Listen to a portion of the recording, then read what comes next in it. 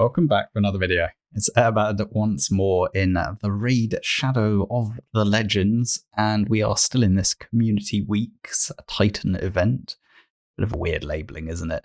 I mean, weeks of community events, I guess, is what they're going for, although it's questionable as to whether it's the events the community wanted. But anyway, that aside, jokes aside, we have this adventure deck of fate. We know what some random temporary currency. They always give it a different symbol as far as I can tell, just to make it seem new and exciting. What have we actually got going on? We have basically the Slayer set, which is a good set, and if you are free to play, it's extremely hard to get any of this, particularly this mythical stuff. There's never been an opportunity to get it. I'm not sure how much I like the fact that it is faction determined. I mean, there's pros and cons, right? It's nice that at least you can get, I don't know, some coverage going on. I haven't really looked too carefully to see which champions are in each of these factions, but it's a nice set overall. You know, it's one of these variable rate sets. You have quite a lot of, power within it, and it is really hard to get free to play any other way. So from that perspective, it's relatively attractive to try and do some of it, just to increase the probability that I can actually gear a champion in some of this. Hitting that 6-piece and that 9-piece is huge for certain champions. The reality is, for me to get this through the free track of the Forge Pass, you're typically picking up 5-star, and it's not great, or they give us a few 6-star, but it's pretty hard to get anything that's viable. But as we know, a lot of this stuff can roll pretty trash. Though quite a lot of it does seem to be on the accessories side, which is kind of nice. I guess that's the stuff that's been most paywalled. And then we can throw some charms at the Forge and try and get it. We have some more of these web points. We do have a legendary tome. I think this is a bit disappointing. 5 dust, couldn't they have thrown a little bit more? No one cares about a rare tome. 4-star glyphs. It's the usual kind of thing. But it's really, do you want this, what is otherwise a particularly pay-to-win set? Are you in a position to get it?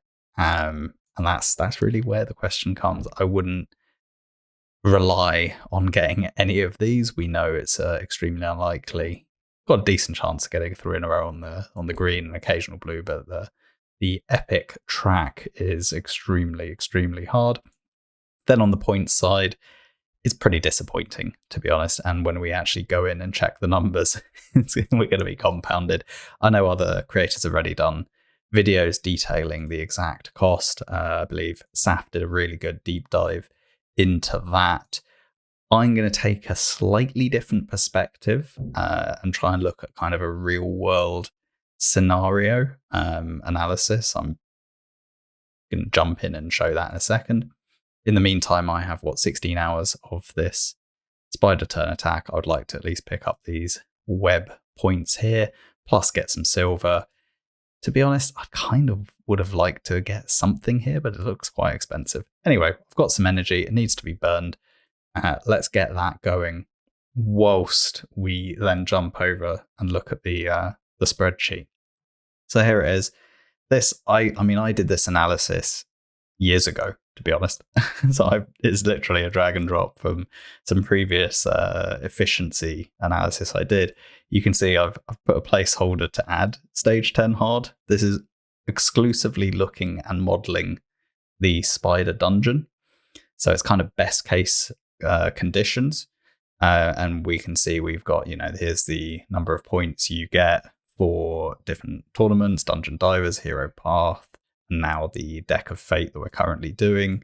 Silver values of each of the ring, amulet, banner, and we can see we get averages per accessory type. These are, I believe, equally weighted, and then you get a particular weighting based on ranking and rarity based on the stage. And we have the drop percentages here for stage 20 to 25. If anyone has at hand stage 10 hard for the drop rates, and I'll make a note of what the sell values are.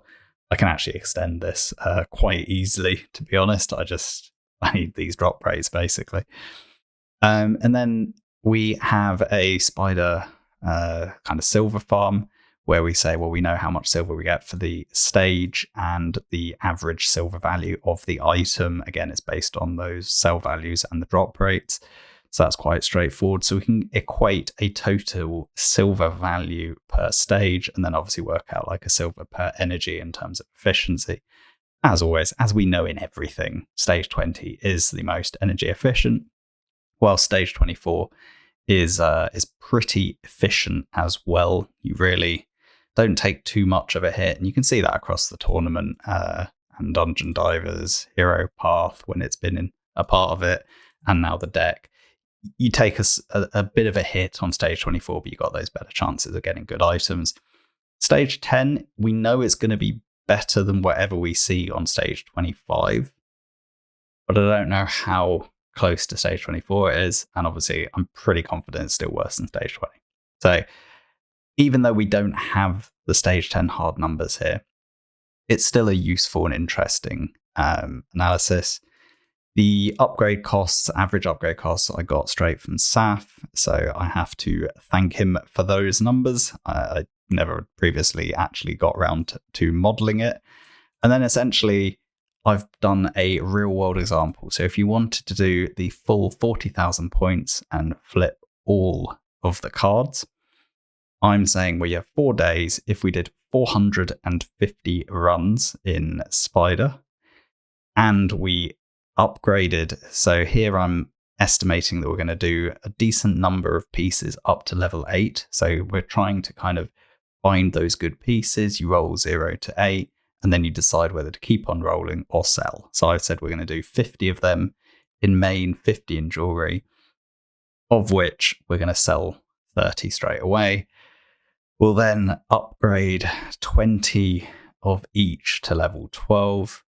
And I've just kind of bobbled on that we're going to take 41, which is a huge number from effectively 0 to 16 on the main side. So, I mean, these numbers could use some tweaking. Obviously, it might be a case that we'll actually do considerably less all the way up to 16. It might be that we only do 30, but maybe we'll end up doing more like 80 here, 80 there, maybe even 100 here, and then maybe like, I don't know, 40 there, something like that. But I think that won't be enough. So maybe we need to do this, and then maybe we'll drop that down a bit. But yeah, like there's lots of different permutations you can do. Let's go for the one I had originally, which is, I think it's around 450. There we go. That's how I had it. Anyway, the point is we can kind of play around. But if we did 450 runs over 4 days, it's going to cost us 8,100 energy. What I've said is we get roughly 1,000 energy a day. I've bucketed, and we can get that through, Sintranos, through the free energy refill they give us every other day, a bit through Doom Tower, doing all the advanced quests, all the rest of it. So I've kind of budgeted that we should be able to get about 1,000 energy a day free, in inverted commas, and then we'll spend the rest in gems. So of this 8,100 energy, it's going to cost about 1,200 gems. Total silver we should recoup from farming that is about 34 million. And our upgrade path, we've said, is going to cost about 100 million. So in total, we're looking at about 1,200 gems and 65 million silver in terms of net cost to, finish the entire event, which is expensive. It is. Like, there's absolutely no question about it. This is a very expensive event if you want to finish the whole thing. Now, those runs have done, at least farming Spider 10 hard, 5 turns, 11 seconds a run with super raids means, these things, it's fast, at least. It's not going to take a lot of time. Might burn a lot of resources, but it's not going to take a huge amount of time. And we'll probably recoup more silver by doing a proper gear cleanse. It might be a good opportunity to go through upgrade a load of those items to level 8 to level 12 and be really ruthless on selling. You'll recoup a lot of silver that way. We can also go here, forge. I'm capped out on resources here, so I can go in, forge a bunch, do like 50 odd pieces. I'll probably end up selling them all and just earning silver here. Normally I do that during CVC, but I generally am not struggling to get the points I need during CVC. So anytime you can do this is also worthwhile. And what else can we really say? It's ultimately it's a question that you have to answer yourself: is do you value getting these items, and how much investment do you want to put in? I think if you do, say, half of it, which is not too expensive, if we move that, that's silver cost deficit was 65 million to complete the whole thing. I'm doing roughly half of it, maybe spending like 500-600 gems instead. We can go through and do some actual quick modeling. Why don't we just jump back over? Let's say instead of this, I'm going to do 200, do 300 runs. That's maybe a touch more, 350. Call that a 700 gem cost. We'll upgrade 20 pieces there. And by doing that, we've got a total of 26,000 points. And this feels like less punitive. A 35 million silver deficit, 60 million costs. It's still quite a lot, but 35 million deficit. Again, by doing some of these other things, we could probably get that down. 700 gems feels a bit more manageable. It's still quite expensive, but say we did 26 cards and we picked up, the legendary tome, a couple of the mythicals, a few of the legendaries, a decent number, then it's not bad. Like it's still not great. It's really just how much value do you place on potentially getting a really good Slayer set. I think, what do we think about the factions? I think that's part of the question that we have to ask ourselves. What were they actually? I should have paid more attention. Let's go back. Let's just look at the mythical sample. So we got Orc, Shadow, Skinwalker. Those are some items. Orc, Shadow, Skinwalker. What do we have over here? Bannerlord, Sacred Order. Orc again, Sacred, Banner. Orc, Shadowkin, Skinwalker, Sacred Order. Those are kind of the main ones. Let's go and have a look who we've got. Bannerlord, who has AoE. Staltus has 2 AoEs. So that's kind of interesting. Potentially. Anyone else got Major? I think he has 2 AoEs. Timid the Fool. So that's not appalling either. Richoff has an AoE A1, but not really. You're not really going to care about that. So we do have Staltus and Timid. In Sacred Order, Astron's a single AoE. Bivold is a double AoE. Cupidus is a double AoE, if I remember correctly. Not an appalling option. Constantine is only a single AoE.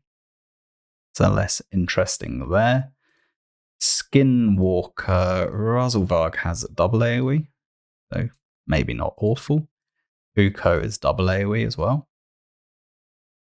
Gwendolyn is actually double AoE.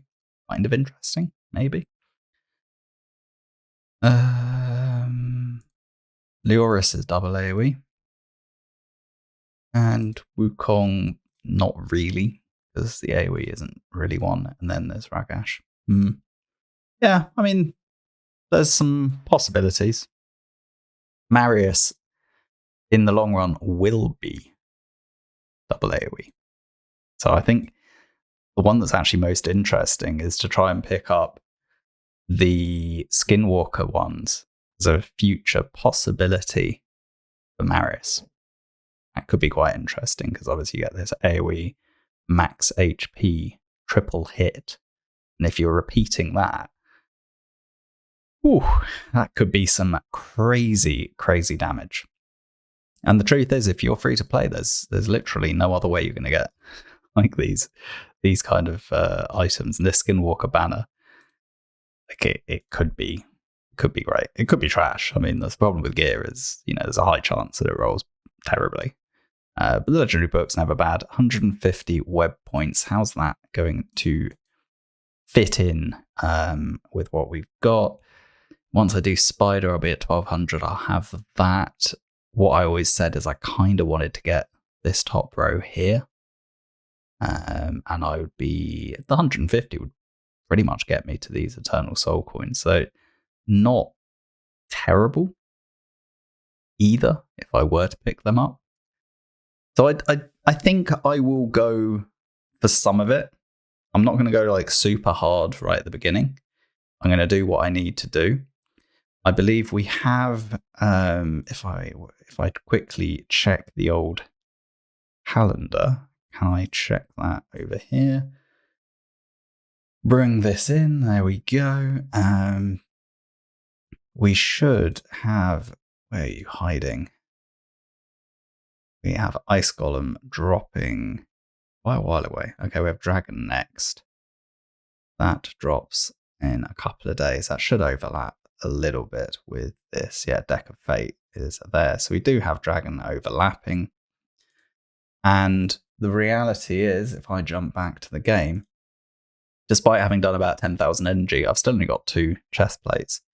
So pushing into the Dragon a bit in an effort to get my extra mythical chest plates to get this mission done, whilst also overlapping with this Deck of Fate to potentially get some Skinwalker accessories, potentially for Marius, where there must be some other Skinwalker pieces. It can't only be that one, can it? I mean, that would be kind of disappointing. Skinwalker ring there. Bannerlord, Shadowkin, Skinwalker amulet. Yeah, I mean, I would kind of prefer if there were more Skinwalker pieces here. There's quite a few orcs. I don't know if I've got any orcs that are particularly good for this. I mean, there's obviously Artak is a triple AoE that typically is built in other sets. Val is only a single AoE. That's kind of a bit sad. Otherwise, I do like Val as a champion. Grohak, I think, is only single AoE. Yep. Nogdar, I think, is only single. Don't really use those champions very often. And Gomlock, I think, is only single AoE as well. So I'll be honest. I mean, if you have Supreme Galak, then you're kind of... Actually, that's only a single AoE as well. That's a 4-hit random. There's not really that many AoE champions as far as I can see. Has Danag got 2 AoEs? No. Yeah, I mean, it's basically if you've got Garrel, then you're enjoying life. So I think he's got, there you go, AoE on the A1 and A2 in this mythical form. So I think unless you are blessed with a mythical here, you're struggling a little bit for champions with multiple AoE hits in the Orc faction.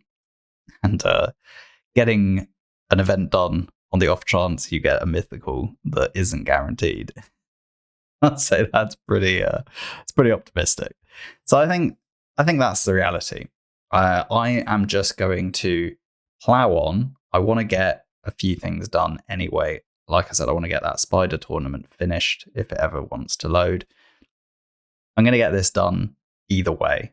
I'll just get it done using regular energy. Like, I'm not that far off the 3800. I should get that without spending any gems. I then will actually finish my Sand Devil turn attack because I do want to get this tier 2 Soulstone.